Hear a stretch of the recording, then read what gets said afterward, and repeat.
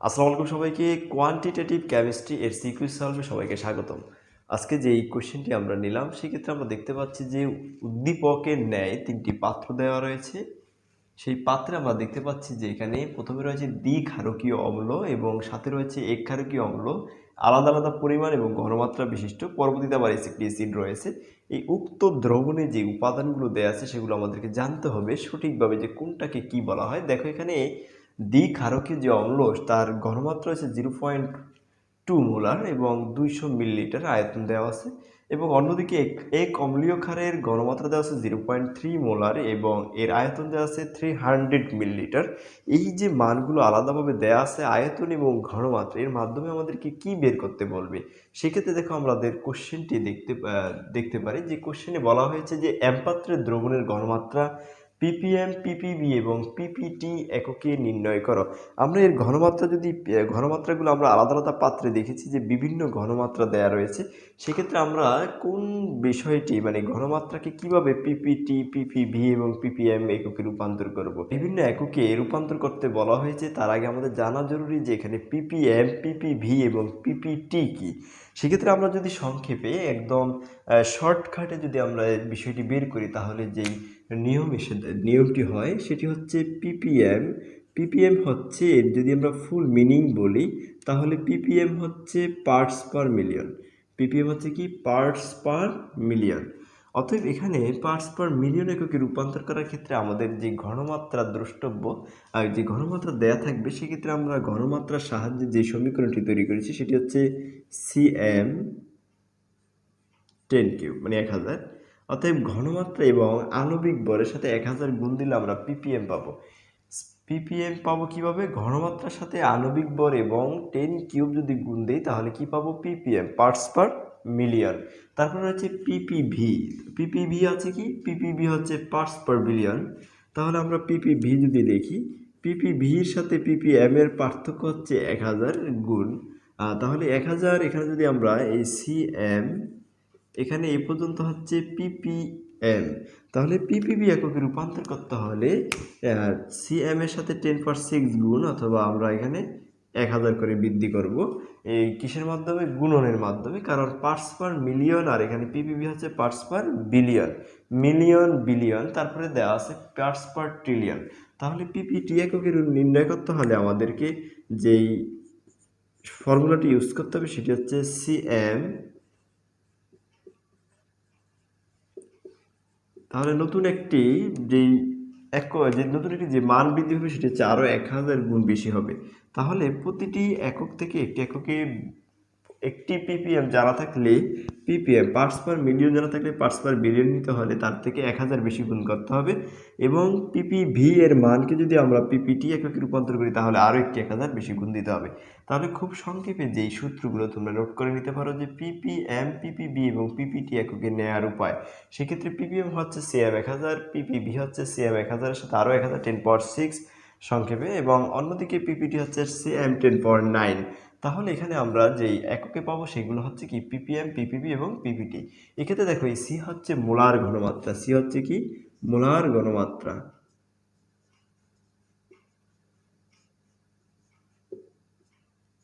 Molar ঘনমাত্রা, এবং অন্যদিকে এম হচ্ছে আণবিক ভর। এখানে যেই এম দ্রবণের কথা বলা হয়েছে হাইড্রোজেন নাইট্রেট HNO3, এর আণবিক ভরটা কিন্তু আমরা খুব সহজে বের করতে পারবো। এখানে তো এম হচ্ছে কি আণবিক ভর।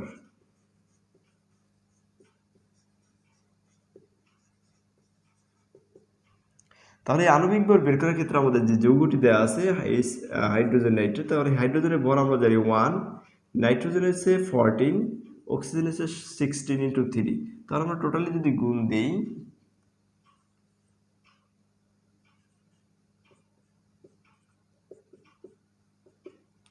তাহলে টোটালি আমরা এখানে এই হাইড্রোজেন নাইট্রেটের মানটা পেয়ে যাব। তাহলে এখানে আমরা হাইড্রোজেন নাইট্রেটের যে আণবিক ভর বের করব, সে আণবিক ভর যদি বসিয়ে দিই তাহলে এই আণবিক ভরের সাথে মোলার ঘনমাত্রা গুণ করে 1000 গুণ দিলে ppm এককে হবে, 10/6 গুণ দিলে হবে কি ppb। এবং অন্যদিকে যদি আমরা এখানে ppt তে নেই তাহলে 10/9 দ্বারা কি করতে হবে, গুণ করতে হবে। তাহলে কিভাবে নির্ণয় করতে হবে, parts per million, parts per billion, parts per trillion, এই 3টি এককে আমাদের এই মানগুলো কিন্তু খুব সহজে বের হবে। তাহলে আমাদের এখানে ক্যালকুলেশন টোটাল যোগ করলে আসে 63। তাহলে এখানে আমরা বুঝতে পারলাম যে নাইট্রিক অ্যাসিডের আণবিক ভর হচ্ছে 63। এই 63-এর সাথে যদি আমরা এখানে ধরো মান বসাই তাহলে 0.2 ইন্টু 63 ইন্টু 10³ ppm হয়ে যাবে। 0.2 এখানে যে 0.2 হয়েছে, 0.2 ইন্টু আণবিক ভর 63 ইন্টু 10^6 হলে ppb হবে। 0.2 ইন্টু 63 ইন্টু 10/9 হলে হবে কি ppt। তাহলে পার্টস পার মিলিয়ন, বিলিয়ন এবং ট্রিলিয়ন সম্পর্কে আমাদেরকে এককে রূপান্তর করতে হলে এই ঘনমাত্রার সাথে এই সূত্র আকারে তোমরা মানগুলো কি করবা, গুণন করে নিবা। তাহলে আমরা ppm, ppb এবং ppt পেয়ে যাব। তাহলে তোমরা আরেকটি বিষয় লক্ষ্য রাখতে পারো যে এখানে দ্বিতীয় কোশ্চেনটি বলা হয়েছে, সেই দ্বিতীয় কোশ্চেনটি কি তোমরা আগে দেখেছো কিনা বা রসায়ন প্রথম পত্রে তোমরা কি পড়েছো। সেক্ষেত্রে দেখো, এম পাত্রের দ্রবণ দ্বারা K+L মিশ্রণের প্রশমন সম্ভব কিনা। দেখো, আমরা প্রশমন বিক্রিয়া জেনেছি যে অ্যাসিড এবং ক্ষার মিলে লবণ পানি উৎপন্ন করে, আর এটি একটি প্রশমন বিক্রিয়া। আর প্রশমন বিক্রিয়া একটি নন রেডক্স বিক্রিয়া, যে বিক্রিয়ায় কোনো ইলেকট্রনের স্থানান্তর ঘটে না। তাহলে প্রশমন বিক্রিয়া সম্পর্কে আমাদের ধারণা থাকলে হবে। এখানে পূর্ণ প্রশমন বলে একটা কথা আছে, যে দ্রবণে অ্যাসিড এবং ক্ষারের পরিমাণ সমান থাকে তখন তাদেরকে বলা হয় পূর্ণ প্রশমন। মানে ধরো একটা দ্রবণকে আমরা একটা দ্রবণের সাথে আরেকটা দ্রবণের মিক্সড করছি, সেক্ষেত্রে দ্রবণটি যদি অ্যাসিড এবং ক্ষারের পরিমাণ সমান হয় তাহলে দ্রবণটি একদম সম্পূর্ণরূপে প্রশমিত হবে। তাহলে সেই ক্ষেত্রে এখানে যে কোশ্চেনটি করা হয়েছে সেখানে বলা হয়েছে যে এম পাত্রের দ্রবণ দ্বারা K+L মিশ্রণের প্রশমন সম্ভব কিনা। তাহলে কে এবং এলকে আমরা আগে মিশ্রণ করব, দেখবো যে এক্ষেত্রে আমাদের কতটুকু অবশিষ্ট থাকে, সেটা কি অ্যাসিড থাকে না ক্ষার থাকে। যদি অবশিষ্ট থাকে তাহলে সেই অবশিষ্ট পরিমাণকে এম পাত্রের দ্রবণ দ্বারা মিশ্রিত আবার করলে পুনরায়, তাহলে কি দ্রবণটি কি সম্পূর্ণরূপে প্রশমিত হয় কিনা। তাহলে আমরা প্রথমে দেখো K+L মিশ্রণের প্রশমন সম্ভব কিনা বলা হয়েছে। তাহলে কে হচ্ছে কি দ্বিক্ষারকীয় অম্ল। তাহলে দ্বিক্ষারকীয় অম্ল একটি আমরা এক্সাম্পল নেই।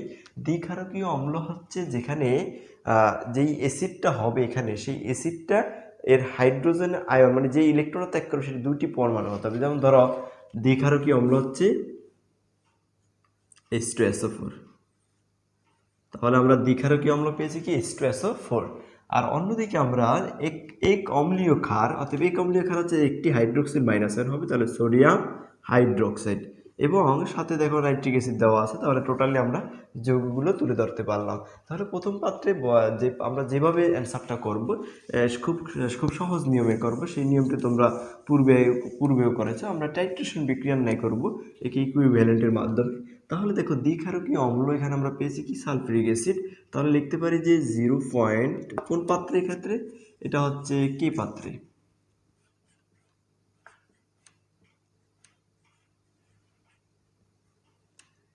0.2 মোলার 200 মিলিলিটার H2SO4, এটাকে ইকুইভ্যালেন্টের মাধ্যমে আমরা করব ইকুইভ্যালেন্ট। তাহলে এখানে কি হবে, ঘনমাত্রার সাথে S1V1 এর মাধ্যমে গুণ করতে হবে। তাহলে 0.2 ইন্টু 200 মিলিলিটার, তাহলে মিলিলিটার অর 1 মোলার H2SO4। এই যে 1 মোলার বিষয়টি তোমরা ইতিমধ্যে জেনেছো যে এটি হচ্ছে প্রমাণ মোলার ঘনমাত্রায় বিষয়টিকে করা হয়। তাহলে এক্ষেত্রে দেখো আমাদের মান কত পাই, 0.2 এর সাথে যদি 200 টোটালি গুণ করে নাও তাহলে কত পাও, 0.2 ইন্টু এখানে ক্যালকুলেশনটা যদিও সহজ মুখে মুখে করা যায়, তারপরেও তোমরা সাবধানতা অবলম্বন করবা। তাহলে এখানে আছে 40, তাহলে 40 এখানে মান হবে কি 40 মিলিলিটার বা 1 মোলার H2SO4। তাহলে আমরা এই একই পাত্রে যে ইকুইভ্যালেন্টের মাধ্যমে একটি আয়তন পেয়েছি 40 মিলিলিটার বা 1 মোলার। যদি আমরা এটিকে এল পাত্রে করি, কারণ K+L মিশ্রণটা আগে ঘটাতে বলছে, তাহলে এল পাত্রের ক্ষেত্রে কি হবে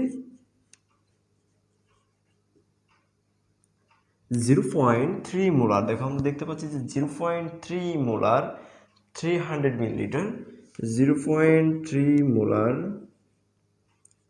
300 মিলিলিটার কি এক ক্ষারকীয় এক অম্লীয় ক্ষার, এটা সোডিয়াম হাইড্রোক্সাইড, ইকুইভ্যালেন্ট 0.3 ইন্টু 300।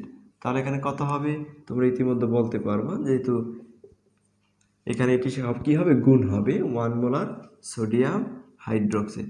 তাহলে আমাদেরকে এই ইকুইভ্যালেন্টের মাধ্যমে কিন্তু এটা গুণনের মাধ্যমে বের করে খুব সহজে এই সলিউশনটা করা সম্ভব হয়। তাহলে তোমরা লিখতে পারো যে 0.3 ইন্টু 300 ইকুয়াল টু 90।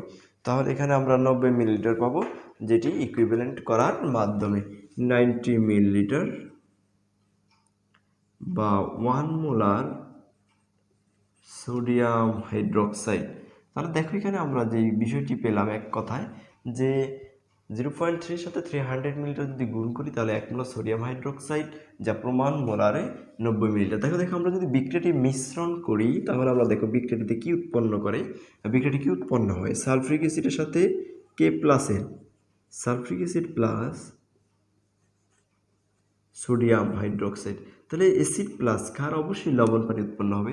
দেখো এখানে সোডিয়াম, আমরা জানি সোডিয়াম এখানে ধাতু, এখানে হাইড্রোজেন ধাতু নিয়ে কাজ করেছে, তাহলে সোডিয়াম যাই সালফেটের সাথে সোডিয়াম সালফেট উৎপন্ন করবে, সোডিয়াম সালফেট। সোডিয়ামের যোজনী কিন্তু 1, সালফেটের যোজনী হচ্ছে 2।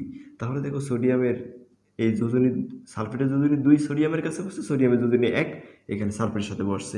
তাহলে বাকি থাকে হাইড্রোজেন, 2টা হাইড্রোজেন এবং অক্সিজেন। তাহলে এখানে কি উৎপন্ন হবে, পানি উৎপন্ন হবে। যদি আমরা এখানে একটু সমতা করে নিই, দেখো এখানে সোডিয়াম 2টা, এখানে যদি 2 দিয়ে দিই তাহলে হাইড্রোজেন 2টা আর 2টা 4টা হয়ে গেলে, এখানে 2 দিয়ে দিলে 4টা, অক্সিজেনও 2টা হয়ে যাবে, অক্সিজেন 4টা আর 2টা 6টা, তাহলে 4টা আর 2টা 6টা। তাহলে সব মিলে আমাদের সমতাটা করে নিলে কী হবে, এখানে আমরা বুঝতে পারবো যে আদৌ আমাদের যেই অ্যাসিড এবং ক্ষারের যে প্রসম বিক্রিয়া, সেই ক্ষেত্রে কতটুকু অ্যাসিড এবং কতটুকু ক্ষার ঠিক আছে কিনা এই বিষয়টা আমরা ক্লিয়ার হব।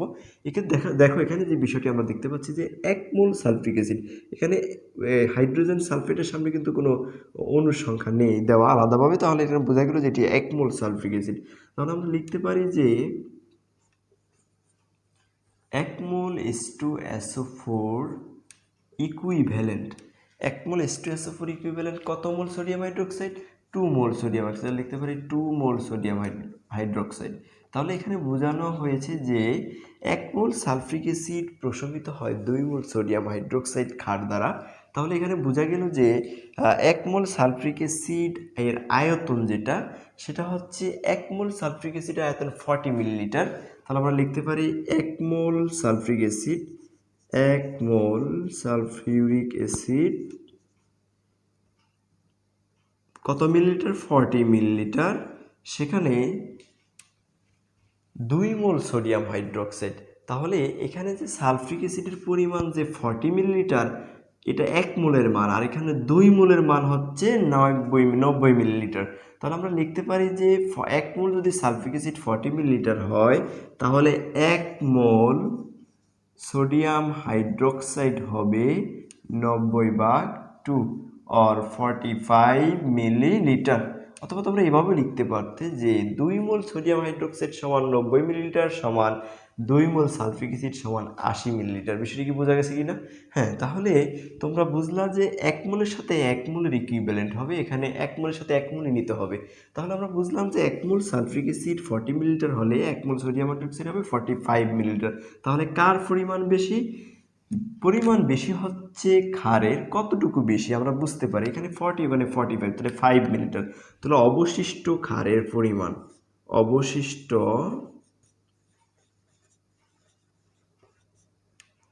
অবশিষ্ট ক্ষারের পরিমাণ পেলাম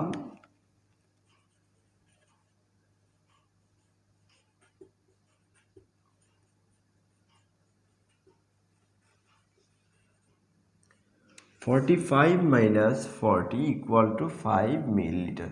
তাহলে আমরা এ দ্বারা বুঝলাম যে উক্ত দ্রবণটি যখন মিশ্রণ ঘটানো হয়েছে, এই মিশ্রণের প্রকৃতি হবে ক্ষারীয়, কেননা এর দ্রবণটিকে মিশ্রণ ঘটানোর ফলে দ্রবণটির ক্ষারীয় বৈশিষ্ট্য প্রকাশ পায়, কেননা এখানে ক্ষারীয় দ্রবণ অবশিষ্ট থাকে। তাহলে মিশ্রিত দ্রবণ যেহেতু মিশ্রণ করার পর যেহেতু দ্রবণটি ক্ষারীয় হয়েছে, ক্ষারের পরিমাণ বেশি পাওয়া গেছে, তাহলে আমরা নর্মালি বুঝতে পারবো যে এখানে আরও কিছু পরিমাণ যদি অ্যাসিড, কত পরিমাণ 5 মিলিলিটার পরিমাণ যদি অ্যাসিড আমরা এখানে প্রবেশ করাই তাহলে এটি পূর্ণ প্রশমিত হবে।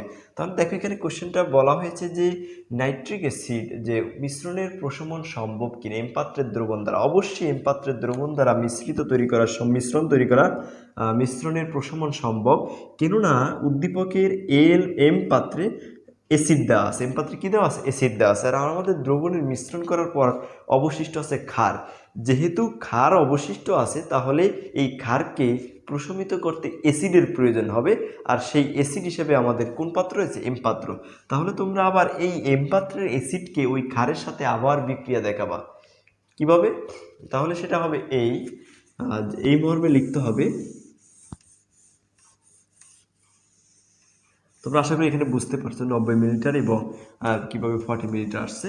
ইকুইভ্যালেন্টের মাধ্যমে বিক্রিয়াগুলো ভালোভাবে করা যায় এবং খুব সুন্দর উত্তর অ্যান্সার হবে, যেটি তোমাদের শিক্ষকরা ভালো মূল্যায়ন করবে আশা করি এই ক্ষেত্রে। তাহলে দেখো এখানে আমরা যদি যেহেতু অবশিষ্ট ক্ষার অবশিষ্ট থাকে, মানে এক কথায় সোডিয়াম হাইড্রোক্সাইড অবশিষ্ট থাকে, তাহলে এই সোডিয়াম হাইড্রোক্সাইডের সাথে কিছু পরিমাণ যদি নাইট্রিক অ্যাসিড যুক্ত করি তাহলে কিন্তু দ্রবণটি পূর্ণ প্রশমিত হবে। তাহলে সোডিয়াম নাইট্রেট উৎপন্ন করবে, সোডিয়াম নাইট্রেট প্লাস পানি, সোডিয়াম নাইট্রেট প্লাস পানি। তাহলে বুঝলাম যে এই অবশিষ্ট যেই ক্ষার সেটা হচ্ছে 5 মিলিলিটার। তাহলে 1 মোল, অতএব 5 মিলিলিটার 1 মোল সোডিয়াম হাইড্রোক্সাইড